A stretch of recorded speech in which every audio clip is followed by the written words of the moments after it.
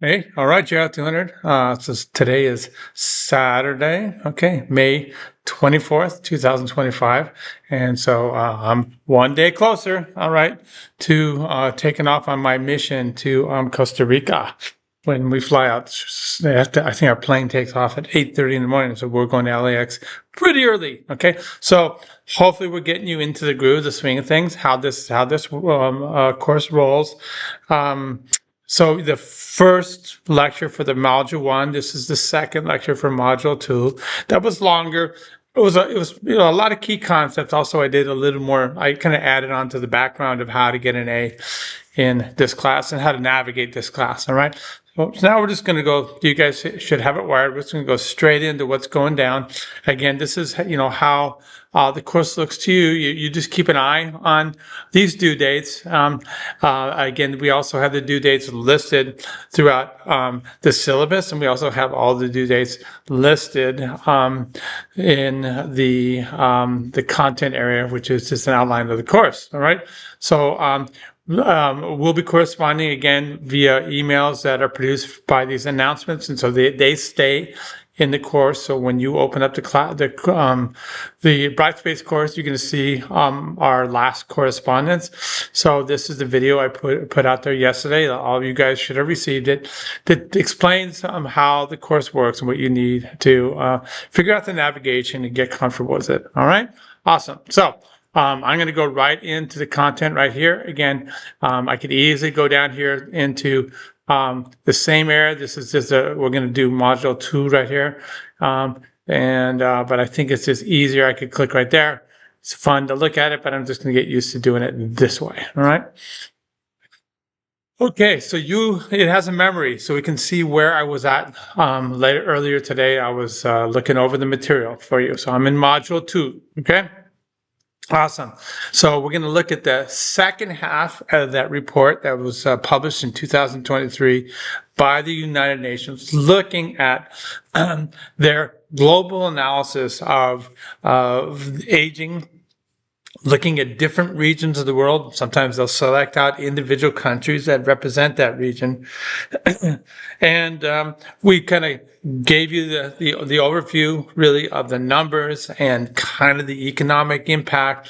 And so we're gonna go deeper into kind of the economics of it, and in the end we focus on a big part of the economics, and that's long-term care and the cost of long-term care for older members of global communities, of our community here in the United States and other places all around the world, right? And then we put it into perspective. So everything is very applied in this course in your discussion down here. So you can see the discussion right here. It hasn't launched yet. It launches for you guys.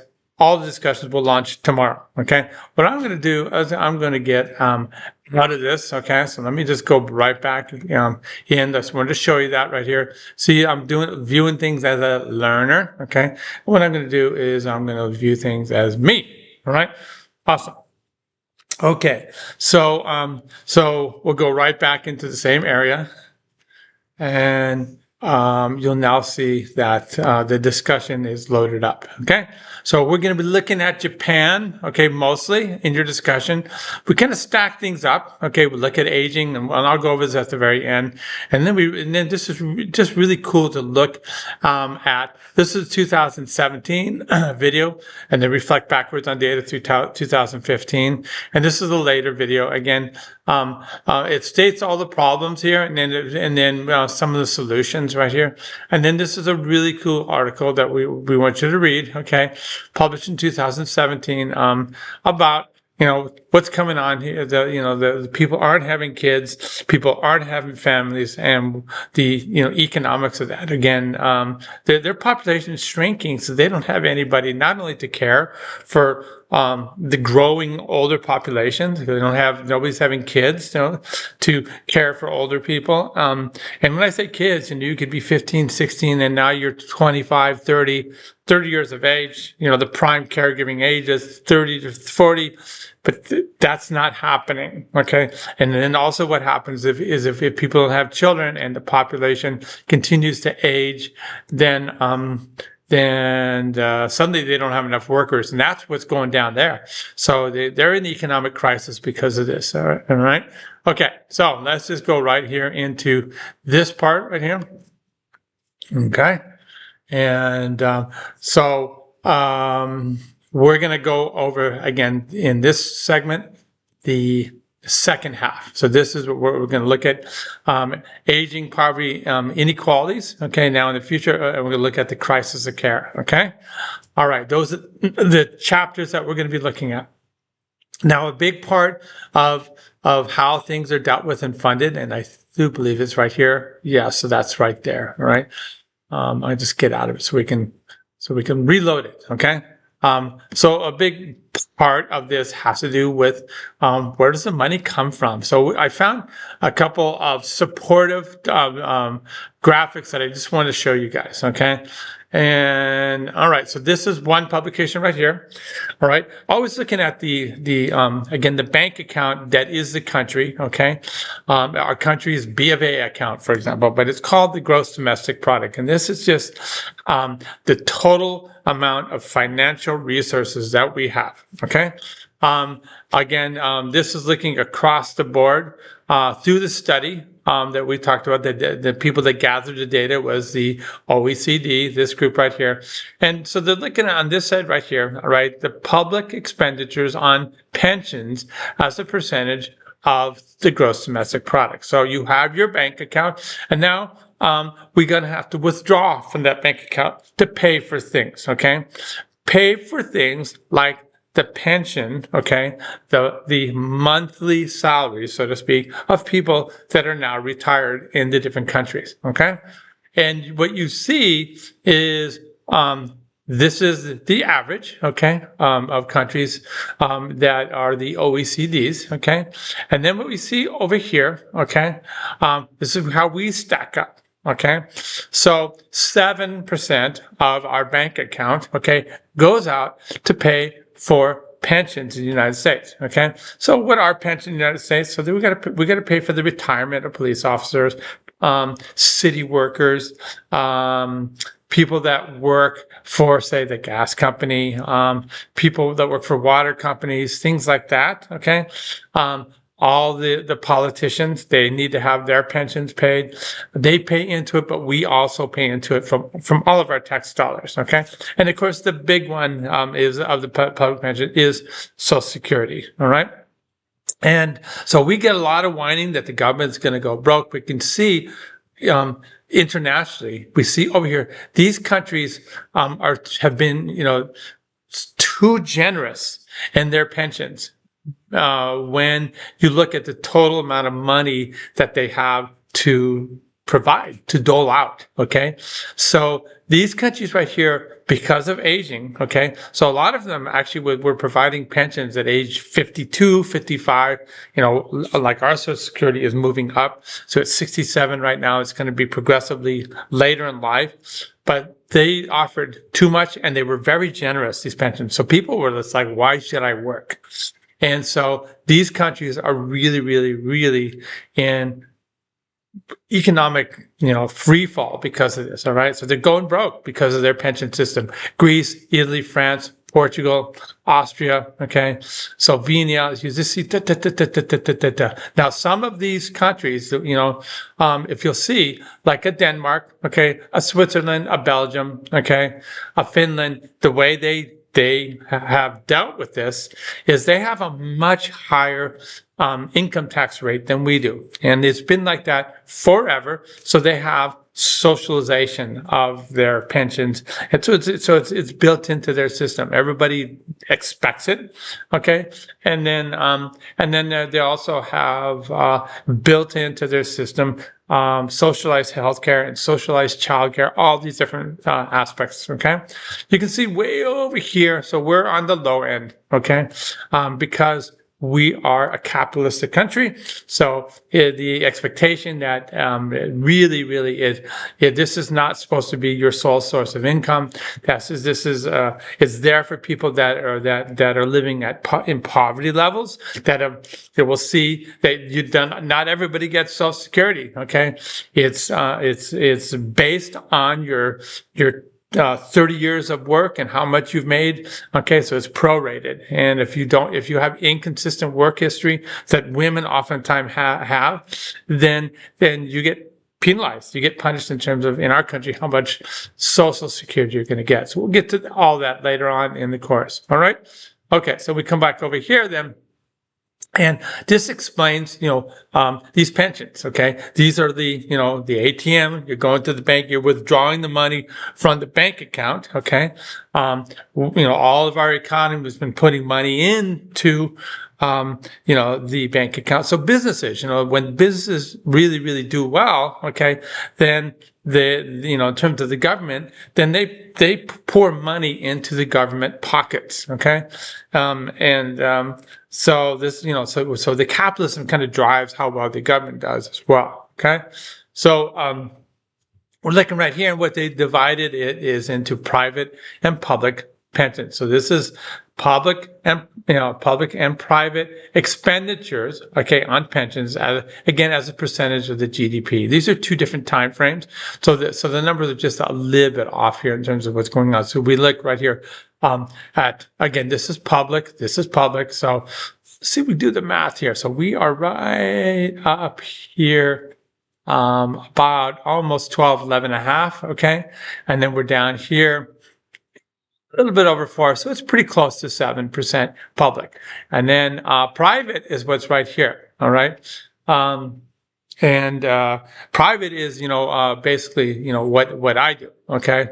So private expenditures, when we look at a pension, okay, if USA gave me one, but they don't, that would go into there, okay? Certain big companies have pension systems, okay? Like United Parcel Service, they're starting to suffer because UPS has had a guaranteed pension, and now they're having to lay off workers and have to rethink this whole process. Julia used to work for the Automobile Club of Southern California. They had the kind that we're going to talk about that I do, where you invest your own money, all right? That's a defined contribution, my 401k, or an IRA. We'll talk about those, which is a retirement account. And then Auto Club, in addition, actually had a pension. So, see, it's a fairly small percentage, okay? Pensions make up a small percentage in our country. And then we see over here, and I remember I was looking at these countries, okay, that, are kind of hamstrung by all this. Here. Okay, and I'm just quickly scanning. So I don't see France, but you see down here, here's Italy and Greece. France is just the same way, and you see that they have higher pension rates, and you see that it's this is not from companies, which is the private. This is all from the government. All from the government. All from the government. Okay, all right. And so this explains everything, and I want you to just kind of read that over. All right. Awesome. Okay. So with respect to ours, okay, again, a portion of our public pension system is Social Security. The other proportion is, what we give to former presidents, former senators, okay, both state and federal, former congressmen, firefighters, on and on and on and on. So our tax dollars pay into that. And what we see here is more and more people are on pensions, okay? Both the ones we were talking about and Social Security, okay? And what happens is we have fewer and fewer workers that are paying into that system. And so what has happened is, for years and years and years, there was such a bolus of money that was put into our Social Security system that we would actually just be able to draw off the interest, okay, the profit from investing those Social Security dollars in, say, the stock market. That would pay everybody's Social Security, but those times are over. Now we're having to actually pull money out of the principal. The money that all these workers are putting in is being pulled out to give these people their benefits. And there are, numbers like 2034, et cetera, that it was going to be in huge crisis, and we could run out of money. All right. So for you guys to think about. All right. All right. So let's go back to our slide deck. All right. And what we're going to do is we're going to take on, so I wanted to give you that little background, okay? And we're going to then take off where we left off, all right?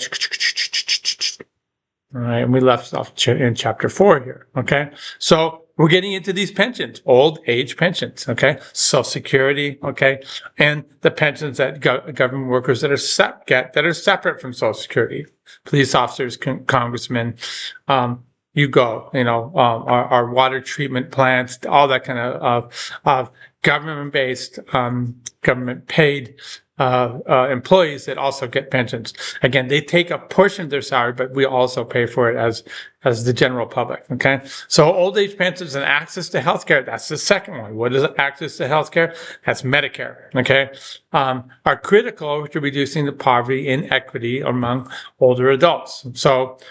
We know that, okay, because a large majority of older people they live kind of hand to mouth, and even young, people your age, all the way to the point that they retire, they live hand to mouth, meaning they basically earn money and spend the majority of it, and they don't have the means to invest and save for their retirement. So I'm lucky that I have had that. When we get to the financial planning part of this class, we'll see that when we look at Americans that are, say, 60 years and older, 30% of people that are 60 years and older have zero money put into their self-funded retirement accounts like a 401k. So they're completely dependent on Social Security. So it's a big, big problem, okay? And we start talking to cuts to Social Security, okay, there's a huge percentage of people where, 75% or 80% of their retirement income is Social Security, So, so we need to have policy put into place. We've got to start thinking about this. It's going to mean more taxes, guys. The other policy is, okay, you don't get Social Security until you're much later in life. And that's easy to put down on paper, but a really difficult situation, if you have a disability, you're getting older, things like that, or you're just not competitive at age 68, 9, whatever it is, down the line with the moving ages. That's a big problem. All right, you get real economic inequities. Okay. Between populations, I'm on the good side. There are so many people I know that have no retirement. Okay. All right. So, the problem is, okay, and you hear this in the budget that just got passed by Congress. Okay. This fiscal sustainability, okay, and pension reform. All right. So, I'll talk a little bit later on about long-term care. The current Congress has decided that they are cutting Medicaid. Okay. And what people don't understand is the majority of people that, are in long-term care facilities. Okay. They can't live at home anymore. They don't have children to help them out. It's being paid by government through these Medicaid programs. And so we're going to be kicking a lot of old people to the streets if this does happen. So there's a lot of question that's going on. Okay. Alrighty. So these pensions are still too low for many countries. Okay. To really reach many groups to have a sustainable life. Okay. All right. So there's major class disparities, okay, that are out there. Because I'm a higher income earner than many people that I know, then I'm going to get the maximum Social Security. And on top of that, I have all the money that I've invested. Okay. Some people, yes, they get a higher percentage of their salary as Social Security, but still that's all they got. So the ability to live, and live in a healthy, independent lives is going to be compromised. Okay. So we can see how this, happens. And I really love this figure. So we look at what we call is advantages and disadvantages in life and how they have this cumulative effect during your different phases of your life. Okay. So, a lot of Nordic countries, like I said, Norway and Sweden and Denmark, they have this investment in early childhood development. Okay, there's daycare, there's nutrition, etc. Okay, a lot of countries don't, and our country is pulling the plug on this. Okay, so we had a lot of programs that help support the nutrition of economically disadvantaged populations in our country for children. Okay. We also had we had this Department of Education that was really, really directed at people that were of lower socioeconomic, and so the current administration is gutting that. So the rich are going to get richer. Okay, they're going to be better off, and we see this right here. So that's childhood, and then we go like this, and we look at this as school age. Okay, so you see this is the graphic here of these are books, higher quality education and access university system that's becoming, an opportunity of wealth, okay? Low education, quality, and low access to the university system. So you're going to have, just when we look at the disadvantaged neighborhoods in our country, they don't have the same K through 12 education opportunities that people on this side do. Okay, so they're going to be less qualified applicants when they apply to college. Okay, and then we used to have programs that would consider cultural diversity and inequities in terms of trying to have a more equal footing in terms of trying to get into college. Those programs have been eliminated. Okay, and so in the end, then if you don't, you go from here to here, and then we're going out there to find a job. You don't have access to the really great training that happens in college and professional school. So you're going to have much lower lifetime earnings. This direction has greater lifetime earnings. And as a result, you can now put away that money for the old age period that we've been talking about. You're going to have, pensions. You're going to have assets, okay, real estate. And you're going to be able to, as a result, have better health. And again, rich people get better things. So you're going to have better access to parks and maintain your exercise, have better nutrition. And over here, it's a downward spiral going in the other direction. Okay, no income. Okay, no 401ks. Okay, no assets spinning off revenue. And that's going to result in increased problems and disability. All right. So it is what it is. Okay. Awesome. Okay. So when we're looking at this, so these are challenges, okay, that are being encountered because of the inequities in the system, okay, and this is especially being the burden is women, okay, and a lot of children, okay, that are also experiencing this in these parts of our country that are really unequal in terms of the environment of their cultures. Okay, and we have to think about certainly this is kind of fancy term, but we look at your utilization of food and your utilization of electricity and all that kind of stuff. That doesn't change that much, but we saw in the previous slide that the likelihood of disability and having lots of healthcare costs are going to go up, and the inability to pay for that. Okay, and and this is kind of just a reiteration of that concept. Okay, awesome. So we're looking at the haves and have-nots. Again, this is a global report, so we can now look here at developing countries and developed countries, okay? And we're looking at the share of the population in relatively poor households by age group, okay? And again, it's a 2023 report, but this was the latest data, okay? So we see, again, children and old people are vulnerable. Children and old people are vulnerable, okay? And then as you enter into the working age right here, things get better. Now, in developing countries, people who go out and start working at a much younger age, all right? So we see the age groups, all right? The gold bar is 0 to 14, 15 to 24 in the kind of aqua. Purple is the working age, 25 to 64. And then this is the retirement age of 65 and above, okay? So we see that, first of all, in developed countries, the United States, Canada, France, Japan, South Korea, etc., the poverty rate is, much lower. But when we compare it over here to developing countries, Mexico, and on and on and on, we see that it's about twice. Okay, and that's a huge problem. That's a huge problem right here. It's, twice the poverty rate in children, over twice the poverty rate in people over the age of 65. All right.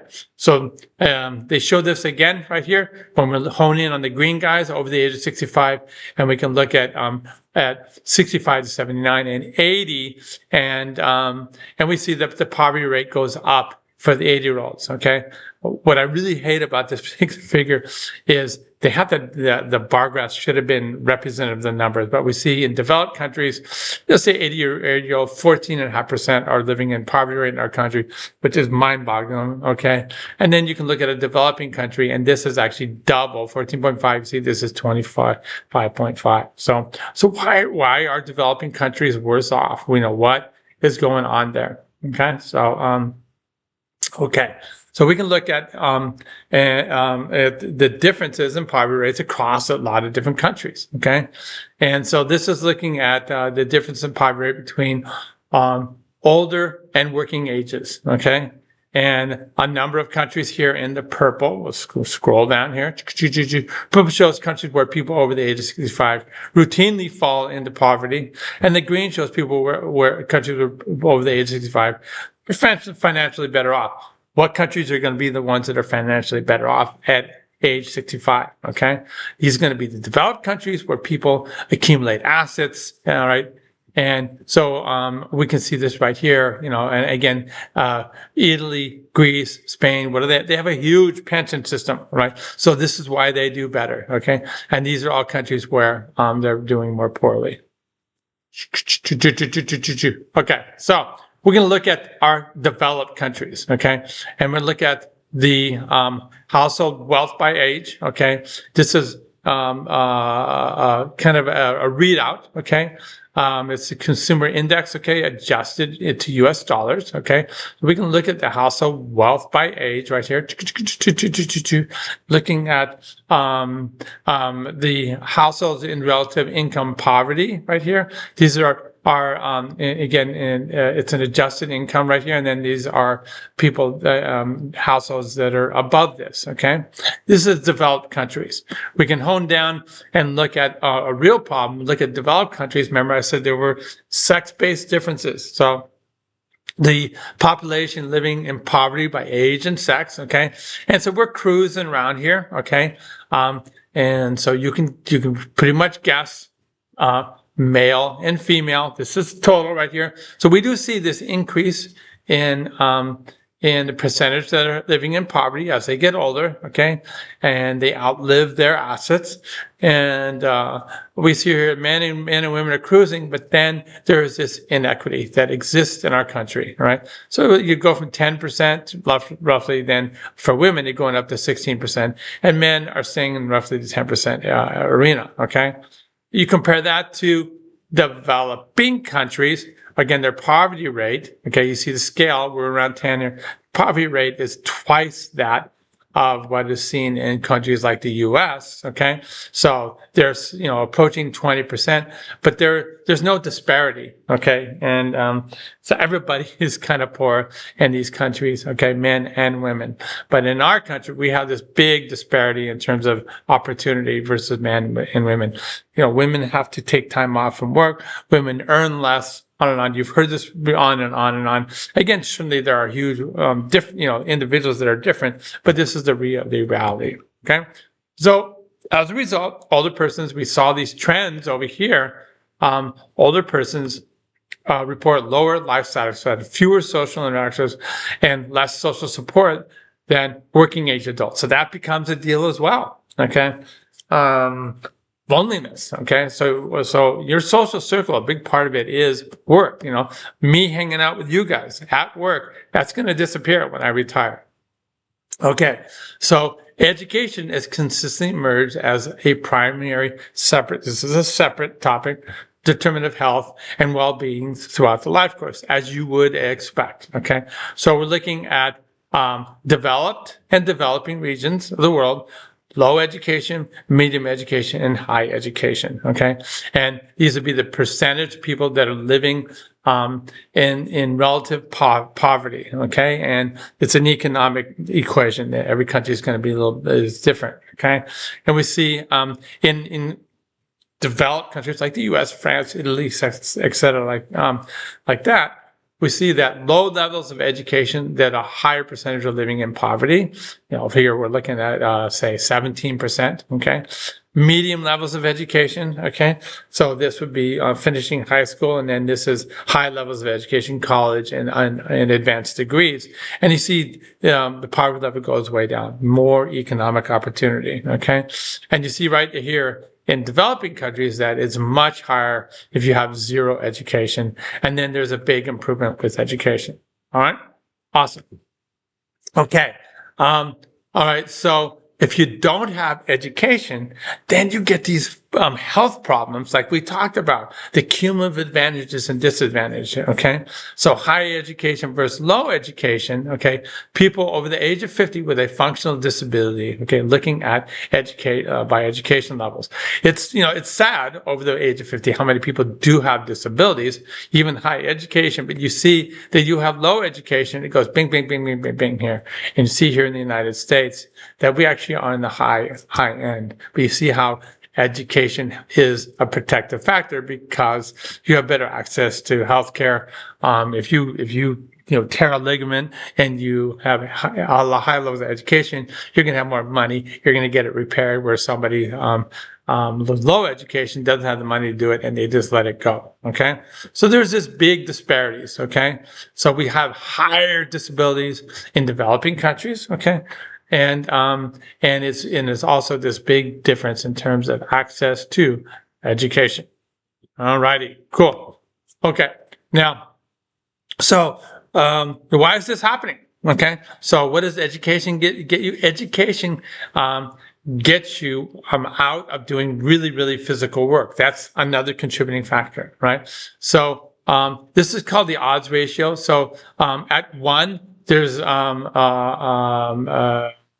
no change in terms of the likelihood of you getting a functional disability because of work. Okay, we're looking at men and women. Okay, if you have no history of physically demanding work, so roughly you have no increase in percentage. Okay, if you have this long history of physical work, you see you get a 35% increase and a 41% increase for women that have physically demanding work. Okay, and then we can look over here, looking again at education and how that taps into this disability framework. Okay, so you never got through high school, and you can see it just doubles the likely having functional disability right here in men, and a 5% increase in women. And then as you look at education progressing, you got to high school and then you got to college, it comes down. All right, so it validates what you guys are doing for sure. All right. Sorry. We're going to go right through this because it just talks about stuff we don't need to. Employment rates by birth cohorts is really not that important. All right. So we've got this huge issue, okay, financially, okay. We see the haves and have-nots, okay. We see this cultural divide. People are not going away. So what are we going to do to ensure that the financial resources are there to help everybody? Okay, so we have tax finance pensions. Maybe we're going to have to bump those. All right, this is using Social Security, and then also we're looking at taxes, Medicare taxes. Okay, we've heard about Medicaid. These are people that are at the lowest at the poverty level. Okay, and so they can't afford traditional insurance. Sadly, we're seeing cuts in Medicaid. I'm not sure where that's going to go. So we're a compassionate country, but balancing financing, I don't know where it's going to go. All right. So we're going to encourage people. These are pension system teachers. We have the mandatory contribution. So when you work for the government position, it's mandatory that a part of your salary goes boom whether it's PERS or CalPERS, all these different pension systems that goes in there. And we may be forced to increase that participation, and then create more opportunities for voluntary contribution. And then we're going to go over that, how the government incentivizes me to take my money and put it into things like 401ks, IRAs, or annuities. And we're going to learn what all those are later on. Okay. All this put together. Okay. One of the big issues when people get older is the cost for long-term care.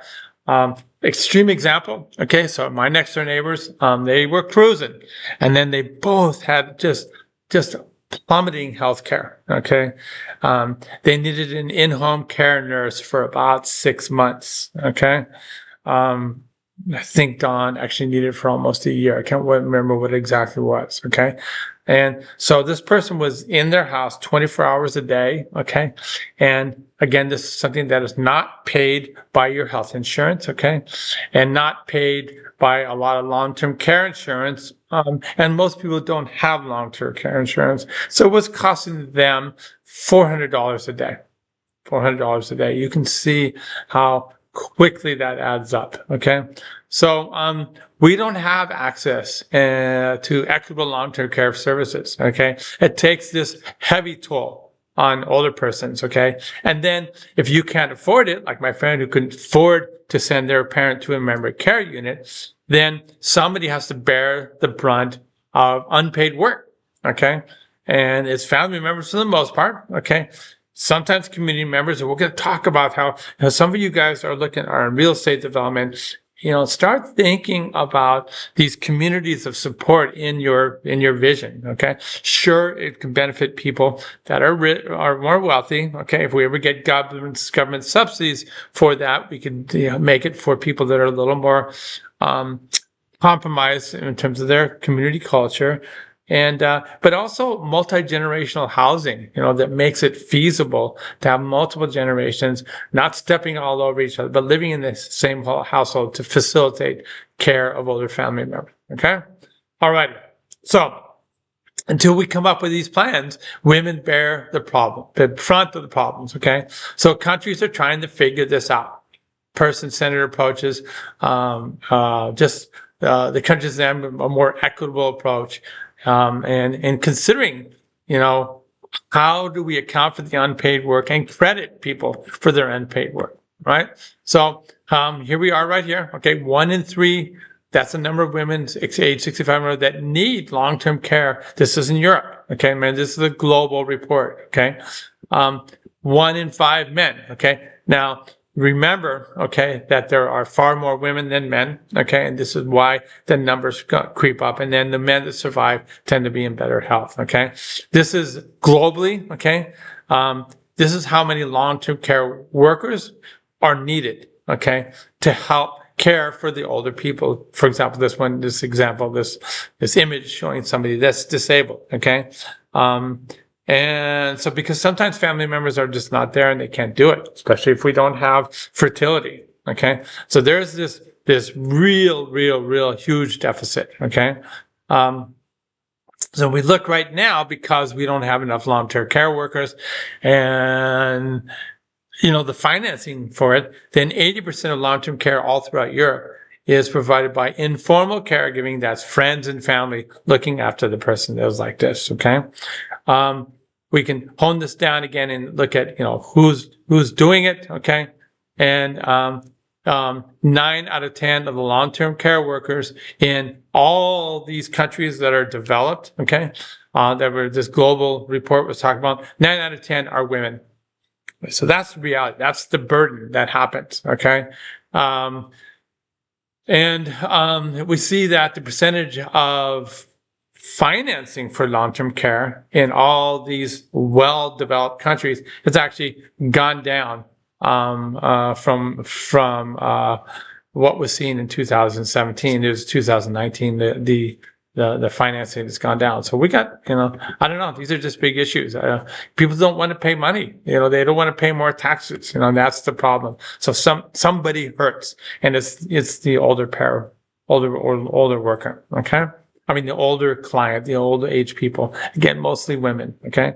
All right, so this is looking at people that receive long-term care in institutions other than hospitals, age 65 and over. And this is over 80 years of age, people that have long-term care in institutions other than hospitals.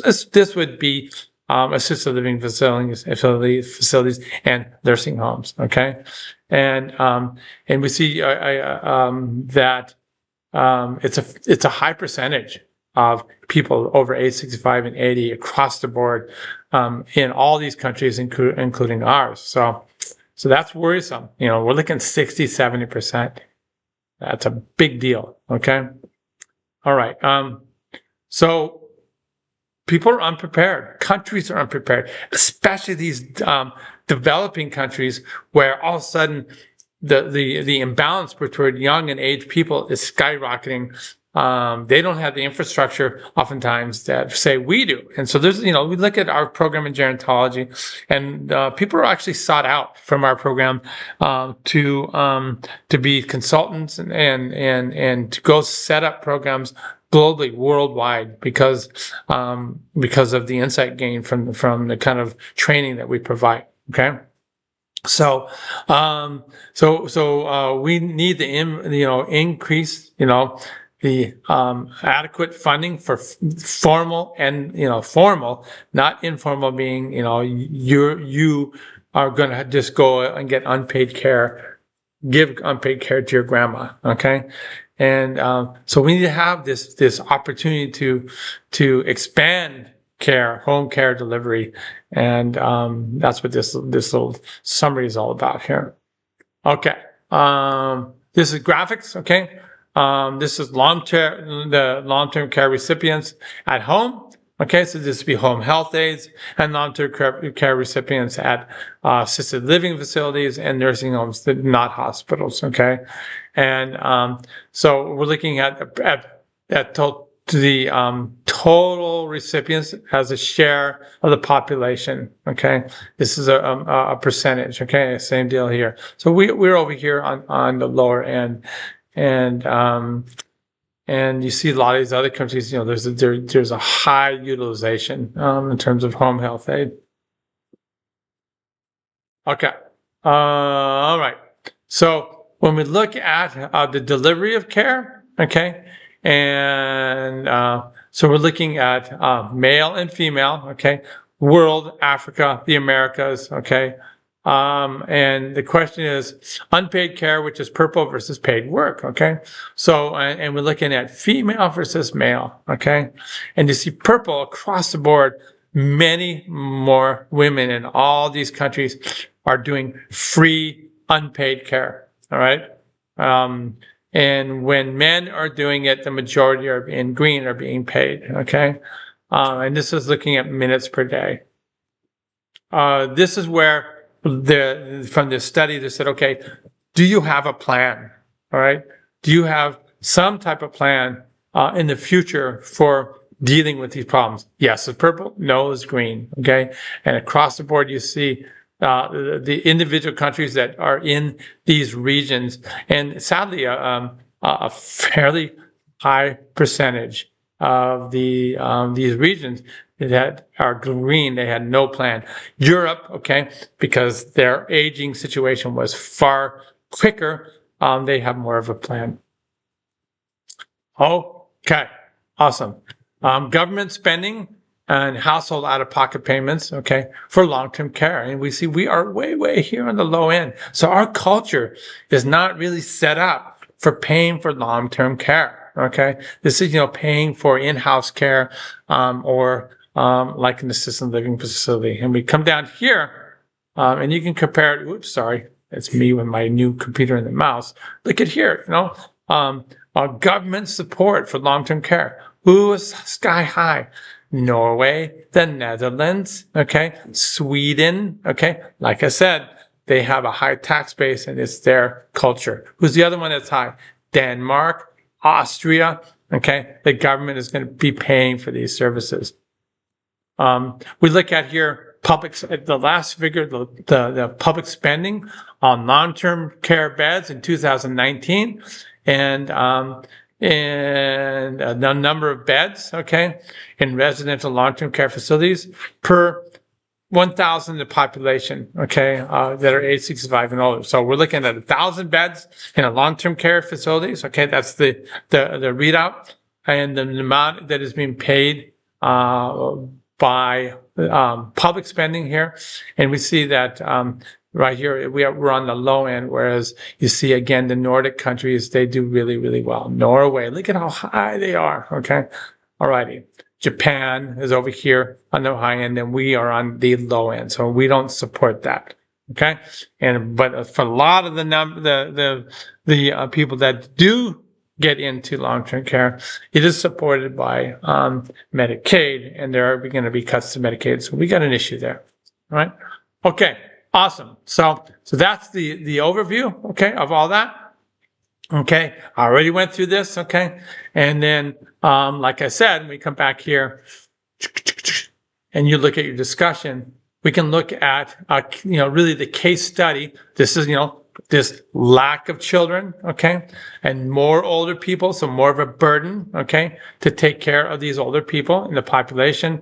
We see countries that were at it earlier, so they have plans for long-term care, France and Sweden, UK. This is how quickly you're over the age of 65 went from doubled from 7 to 14% historically. It's a long time ago, but it shows you what's going on. There's a differences in country. And then some countries, it skyrocketed really quickly. So they had to deal really quickly. All right. So that's what that's all about. I can't find, there it is. God, bright space, make it a little darker. Okay.